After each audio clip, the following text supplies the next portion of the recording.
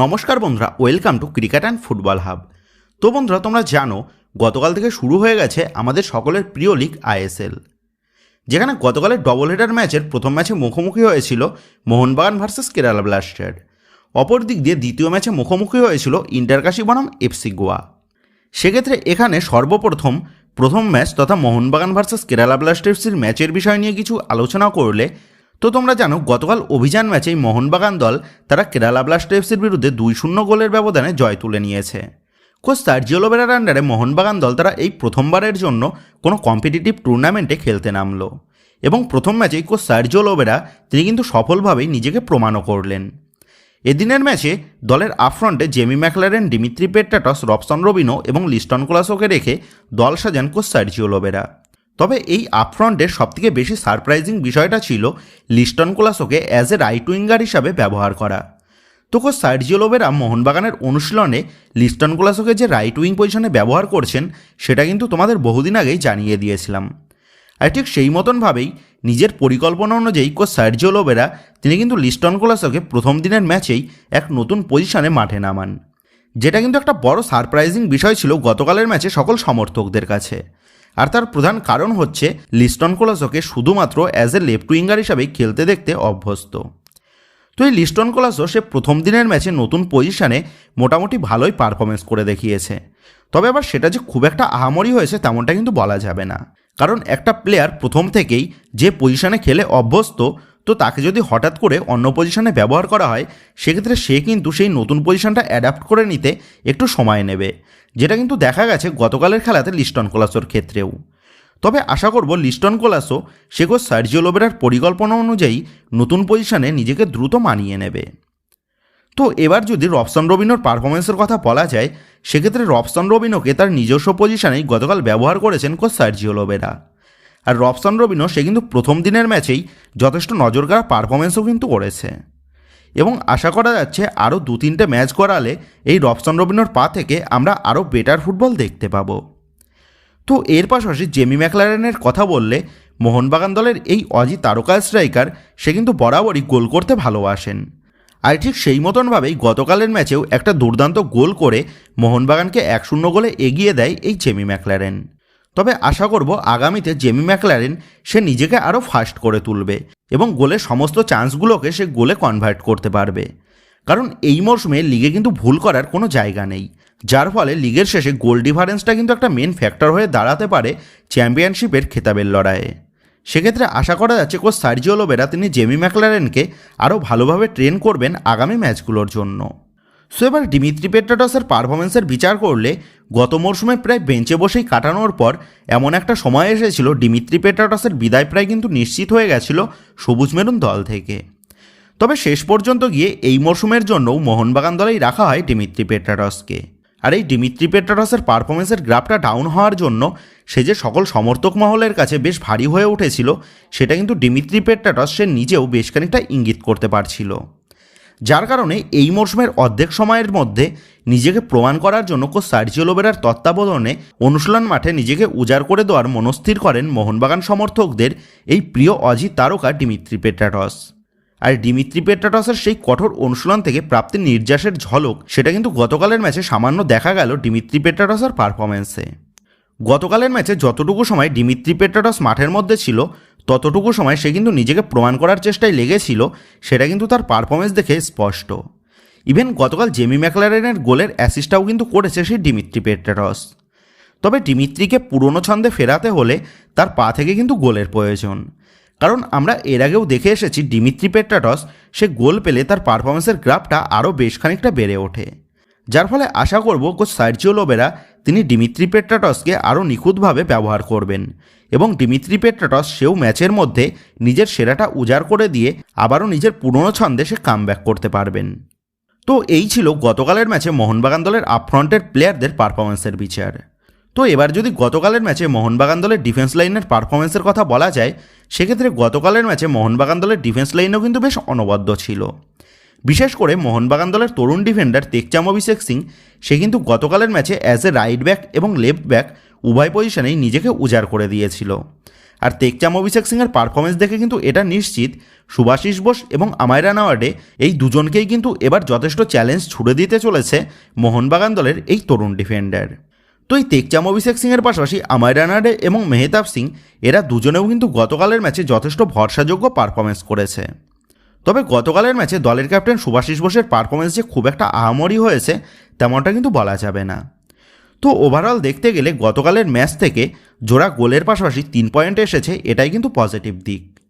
তবে এই সমস্ত পজিটিভ দিকগুলির পাশাপাশি বেশ কিছু নেগেটিভ দিকও কিন্তু গতকালের ম্যাচে লক্ষ্য করা গেছে, যেগুলোর মধ্যে অন্যতম হচ্ছে দলের আপফ্রন্টের প্লেয়ারদের মধ্যে নিজে গোল করে হিরো সাজার একটা প্রবণতা, যার কারণে লিস্টন কোলাসো থেকে শুরু করে ডিমিত্রি পেট্রাটস সকলের খেলাতেই গতকাল একটা সেলফিশনেস ভাব লক্ষ্য করা গেছে। তো এই বিষয়ের দিকে কোচ সার্জিও লোবেরা যত তাড়াতাড়ি নজর দিতে পারবেন ততই কিন্তু মঙ্গল মোহনবাগান দলের আপকামিং ম্যাচেসগুলোর জন্য।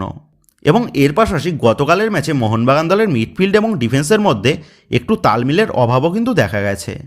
আর এটা ঠিক করতে না পারলে এমন কোনো প্রতিপক্ষ যারা কাউন্টার অ্যাটাক থেকে খেলতে ভালোবাসে, তো এই সমস্ত প্রতিপক্ষের বিরুদ্ধে খেলা পড়লে দলের ডিফেন্স লাইন কিন্তু এক্সপোজ হয়ে যাওয়ার একটা প্রবণতা দেখা যেতে পারে।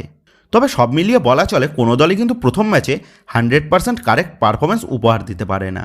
প্রথম ম্যাচের নিরিখে মোহনবাগান দল তারা কিন্তু গতকাল বেশ ভালোই পারফরমেন্স করেছে। আর আশা করা যাচ্ছে কোচ সার্জিও লোবেরা সে যে লেভেলের কোচ তাতে তিনি দ্রুত এই দলের পারফরমেন্সের গ্রাফটা আরও বেশ খানিকটা হাই করতে চলেছেন। এবং সবশেষে এইটুকু আশ্বাস তোমাদের দিতে পারি, ডিউ টু গতকালের ম্যাচের পারফরমেন্সের নিরিখে তো এই মোহনবাগান দলের খেলা এই মরশুমে অনেক দৃষ্টিনন্দন এবং সাফল্যমণ্ডিত হতে চলেছে আগামী 2-3টে ম্যাচের মধ্যেই। তো বন্ধুরা, তোমাদের মতে গতকাল মোহনবাগানের খেলা তোমাদের কেমন লাগলো তা কিন্তু অবশ্যই নিচে কমেন্ট করে জানিয়ে দিও। তো এবার ইন্টারকাশি বনাম এফসি গোয়া ম্যাচের কথা বললে তো আশা করি তোমাদের মনে আছে গত বেশ কিছুদিন আগে ইন্টারকাশি দলের স্কোয়াড এবং প্লেইং 11-এর যে অ্যানালাইসিস ভিডিওটা তোমাদের জন্য এনেছিলাম, তো সেই ভিডিওতে আমি বলেছিলাম এই মরশুমে ইন্টারকাশি দল তারা আইএসএল মঞ্চে একটা বড় সারপ্রাইজ দিতে চলেছে। আর সেই সারপ্রাইজের প্রথম ঝলকটা কিন্তু দেখা গেল গতকালের ম্যাচে। তো গতকাল ইন্টারকাশি বনাম এফসি গোয়া ম্যাচটা 1-1 ফলাফলে ড্র হয়। তবে গতকালের ওই ম্যাচটা 1-1 ফলাফলে ড্র হলেও ওই ম্যাচ থেকে 3 পয়েন্ট পাওয়ার যোগ্য দাবিদার কিন্তু ইন্টারকাশি। কারণ আইএসএলের অভিষেক মরশুমেই ইন্টারকাশি তারা এফসি গোয়ার মতন আইএসএল এক্সপিরিয়েন্স দলের বিরুদ্ধে যে লেভেলের পারফরমেন্সটা গতকাল করে দেখালো তাতে ইন্টারকাশিকে বাহবা দেওয়া ছাড়া কোনো উপায়ই নেই। গতকালের ম্যাচের প্রথমার্ধে প্রশান্তকের দুর্দান্ত গোলে ইন্টারকাশি তারা 1-0 গোলে এগিয়ে থাকলেও দ্বিতীয়ার্ধের 80 মিনিটের মাথায় ইন্টারকাশির গোলকিপারের ভুলে পেনাল্টি কনসিড করতে হয় ইন্টারকাশিকে, যার ফলে ম্যাচের ফলাফল 1-1 গোলে শেষ হয়। তবে আবার ওই পেনাল্টিটা আদতেও কতটা যৌক্তিকপূর্ণ ছিল তা নিয়েও কিন্তু যথেষ্ট সংশয় রয়েছে সমর্থক মহলে। তবে ম্যাচ রেফারি ম্যাচের মধ্যে যে সিদ্ধান্তটা নেবেন সেটাই কিন্তু আমাদের মেনে নিতে হবে।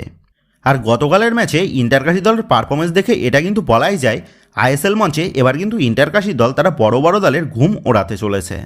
আর ইন্টারকাশি দলের এই সাফল্যের মূল কাণ্ডারই হচ্ছে তাদের দলের ক্ষুরধার মস্তিষ্ক সম্পন্ন আইএসএল মঞ্চের সফলতম কোচ অ্যান্তোনিও লোপেস হাবাস তথা মোহনবাগান সমর্থকদের প্রিয় দাদু।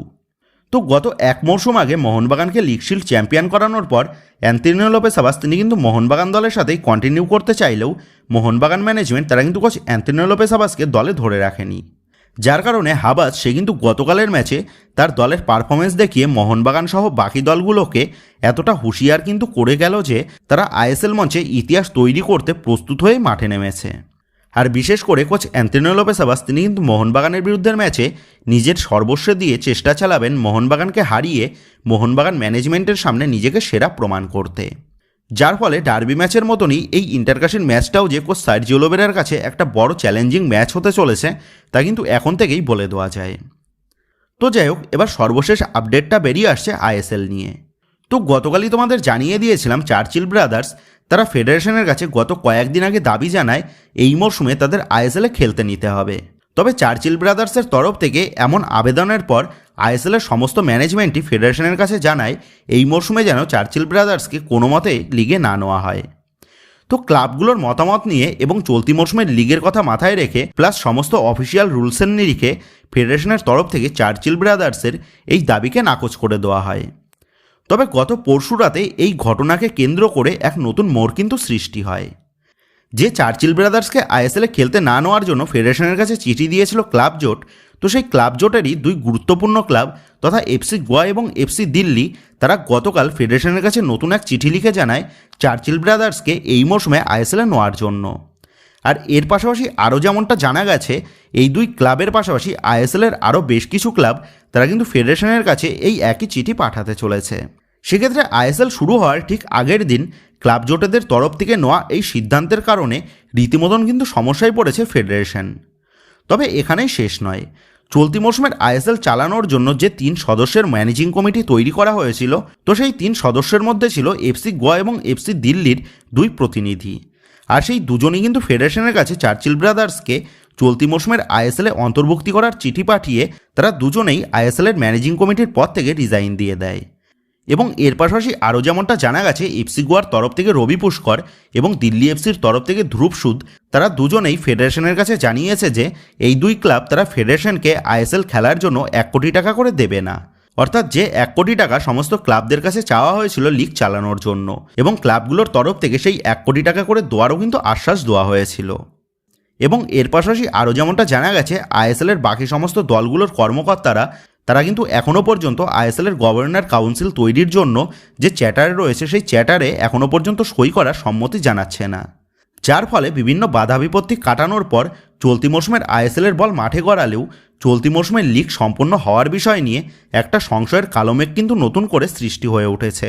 আর এই বিষয়টা বর্তমানে যেদিকে গড়াচ্ছে তাতে কিন্তু বহু কষ্টে চলতি মৌসুমের আইএসএল শুরু হলেও হঠাৎ করেই যদি এখন চার্চিল ব্রাদার্সকে লিগে অন্তর্ভুক্তি করানো হয়, তাহলে যে শুধুমাত্র লিগে দল সংখ্যাই বাড়বে তেমনটা নয়, এর পাশাপাশি লিগের সূচিতেও কিন্তু বিরাট পরিবর্তন আসবে। কারণ স্বাভাবিকভাবেই ফেডারেশনের তরফ থেকে চলতি মৌসুমের জন্য 14টা দলকে নিয়েই লিগ সম্পন্ন করার রোডম্যাপ স্থির করা হয়েছে, যার ফলে এখন যদি বাধ্য হয়েই চার্চিল ব্রাদার্সকে লিগে ঢোকাতে হয়, সেক্ষেত্রে লিগে যে একটা বড় জটিলতার সৃষ্টি হবে তা কিন্তু বলাই যায়।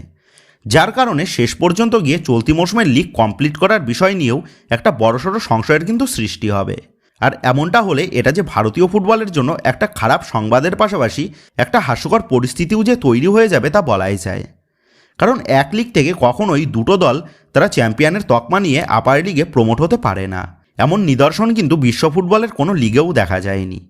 সেক্ষেত্রে শেষ পর্যন্ত গিয়ে যদি ভুতুরে চাপ প্রয়োগের ফলে চার্চিল ব্রাদার্সকে লিগে নিতে হয়, তাহলে এটা যে বিশ্ব ফুটবল মঞ্চে একটা নতুন উদাহরণ সৃষ্টি করবে ভারতীয় ফুটবল ফেডারেশন, তা কিন্তু আর বলার কোনো রকম অপেক্ষা রাখে না।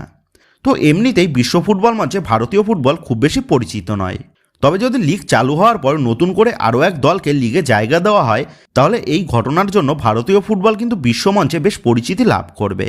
তবে তা সুনামের জন্য নয়, তা হবে দুর্নামের জন্য, যেটা কিন্তু সকল ভারতীয় ফুটবল ফ্যান্সদের জন্য একটা বড় লজ্জার বিষয় হবে তা বলাই যায়।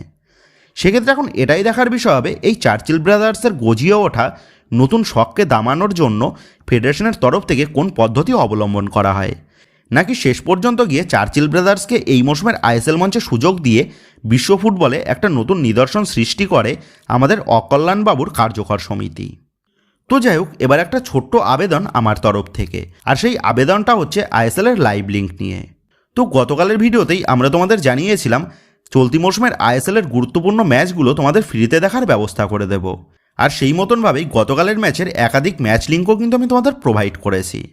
তো তোমরা যারা যারা গতকাল প্রথম থেকে আমাদের দেওয়া লিঙ্ক দিয়ে খেলা দেখেছো, তারা লক্ষ্য করেছো একের পর এক লিঙ্ক শাটডাউন করে দেওয়া হয়েছে রেস্ট্রিকশনজনিত কারণে। তবুও কিন্তু তারপরেও আমরা তোমাদের সুবিধার্থে নতুন নতুন লিঙ্ক খুঁজে নিয়ে তোমাদের দিয়েছি। কিন্তু আমার যে বিষয়টা সবথেকে খারাপ লেগেছে তা হলো তোমরা অনেকেই ভিডিওর কমেন্ট বক্সে তোমরা পার্সোনালি কমেন্ট করে ম্যাচ লিঙ্ক চাইছো, এবং আমরা যতটা সম্ভব তোমাদের সেই সমস্ত কমেন্টের রিপ্লাইতে ম্যাচ লিঙ্কও দিয়েছি। তো আমি তাদের উদ্দেশ্যে বলবো তোমরা একটু সেই ভিডিওর পিন কমেন্টটা চেক করবে, ওখানেই কিন্তু সমস্ত লিঙ্ক দিয়ে দেওয়া হয়, আর ওখান থেকেই তোমরা খেলা দেখতে পাবে। কিন্তু আমাদের পক্ষে সম্ভব হচ্ছে না সবাইকে রিপ্লাই দিয়ে লিঙ্ক সেন্ড করার, কারণ আমাকেও কিন্তু খেলা দেখতে হয়। সবাইকে রিপ্লাই দিতে দিতে আমি নিজেই কিন্তু ভালোভাবে খেলা দেখতে পাচ্ছি না। সেক্ষেত্রে আমি তোমাদের কাছে হাত জোর করে বলছি তোমরা প্লিজ পার্সোনালি কমেন্ট করে লিঙ্ক চেও না। আমি ম্যাচ ডের ভিডিওর পিন কমেন্টে তোমাদের জন্য লিঙ্ক দিয়ে দেবো, আর ওখান থেকেই তোমরা কিন্তু খেলা দেখতে পাবে। তো আশা করি আমার এই অসুবিধার বিষয়টা তোমাদের বোঝাতে পারলাম। তবে এরপরেও তোমরা যদি এমনভাবেই আমাদের কাছে পার্সোনালি কমেন্ট করে লিঙ্ক চাও, তাহলে কিন্তু আমরা বাধ্য হয়েই আর কোনো ম্যাচের লিঙ্ক প্রোভাইড করতে পারবো না, কারণ সবাইকে পার্সোনালি কমেন্টে লিঙ্ক দিতে দিতে আমি নিজেই কিন্তু খেলা দেখতে পারছি না। সেহেতু তোমরা শুধুমাত্র পিন কমেন্টটা লক্ষ্য রাখবে আর ওখান থেকেই কিন্তু তোমরা ম্যাচ দেখতে পেয়ে যাবে। তো যাই হোক বন্ধুরা, এই ভিডিওতেই আপডেট করা নিয়েই তোমাদের মধ্যে আলোচনা করার ছিল। তো আশা করি ভিডিওটা তোমাদের ভালো লেগেছে। তো যদি ভিডিওটা ভালো লেগে থাকে তাহলে ভিডিওতে লাইক দিয়ে চ্যানেল সাবস্ক্রাইব করে পাশে থাকা বেল আইকনটা অবশ্যই প্রেস করে দিও। তো বন্ধুরা, এই ভিডিওটা এটুকুই ছিল। তো আসি বন্ধুরা, দেখা হচ্ছে পরের ভিডিওতে।